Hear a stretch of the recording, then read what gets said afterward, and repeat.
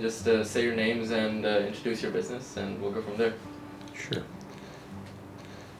I'm Emilio Raimondo, president of Raimondo Associates Architects in Niagara Falls. Good day. Hi, I'm John Alexander Raimondo, working at Raimondo Associates Architects. So what are some major life lessons you've learned that shaped you into who you are? That's a very interesting question. I think throughout my life, I've always sort of aspired to be the best I can.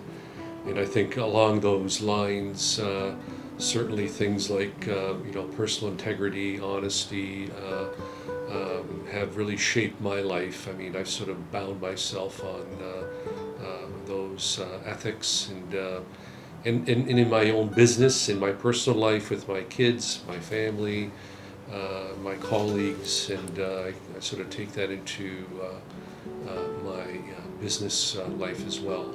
So did you guys always live in Niagara Falls, or you just recently came here?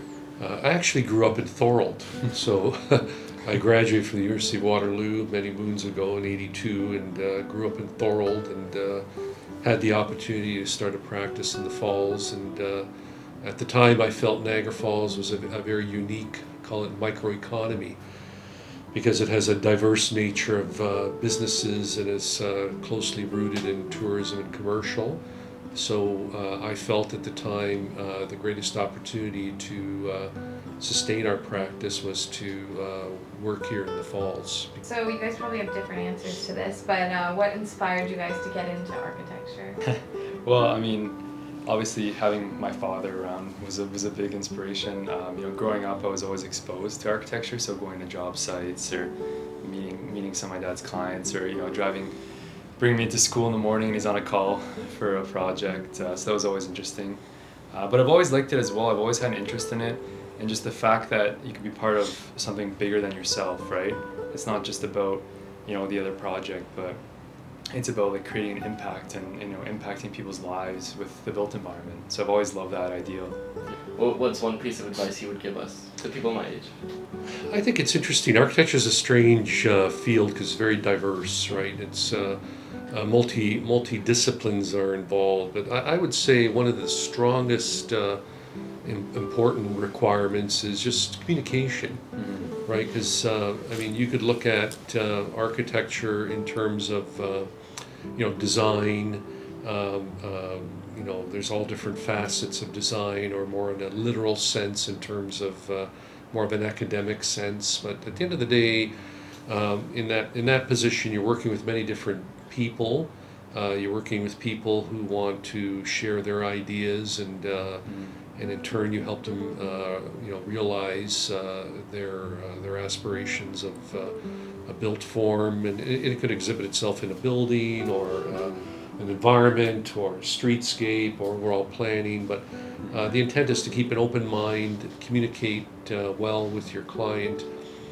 And communication takes on all different forms. I mean, there's verbal communication, there's written, there's drawing communication. They're all forms of communication, and I think that's the key. The key is to communicate, listen, and converse in a manner where you're benefiting the client. And we always tend to put the client first.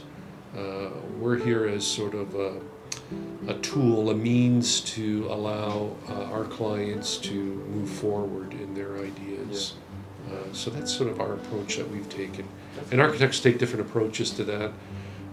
In some cases they will impose their sort of thoughts and styles, but we take each project very unique, based on its own merits, based on what the client brings to the table. So what do you guys do in your spare time, other than work? More work. More work. Well, when the opportunity does arise, we travel. We usually travel as a family. Certainly like to putter around the house or putter around the office, or landscaping. I enjoy landscaping. Try to get him to take more vacation time, but he doesn't seem to be doing it. Architecture is really much so a lifestyle, and we really enjoy what we do. At least I do, and the added workload really isn't bothersome for myself. I just wanted to know what your major influences are. Major influences, I guess, you know, influences come out of some of the parameters of, say, the challenge. Call it a challenge, a design challenge, a problem solving. If I were to say, you know, if there's one particular perhaps architect that may have influenced myself, it would have been Frank Lloyd Wright. Some of the prairie style and some of his thoughts in terms of what architecture means. But generally, you know, we have a very diverse sort of network of various architects, and you can pick and choose or appreciate what others are doing. A lot of our profession, to some degree, is very eclectic, where everybody's sort of, you know, borrowing ideas or thoughts and maybe reinterpreting them in a new condition or a new scenario. But in reality, there isn't much that is really new in this profession. Things evolve, but they tend to evolve as an idea that's been generated in the past, which is improved upon or includes other kind of influences that might be societal or economical or etc. You know, that so things continue to evolve, right?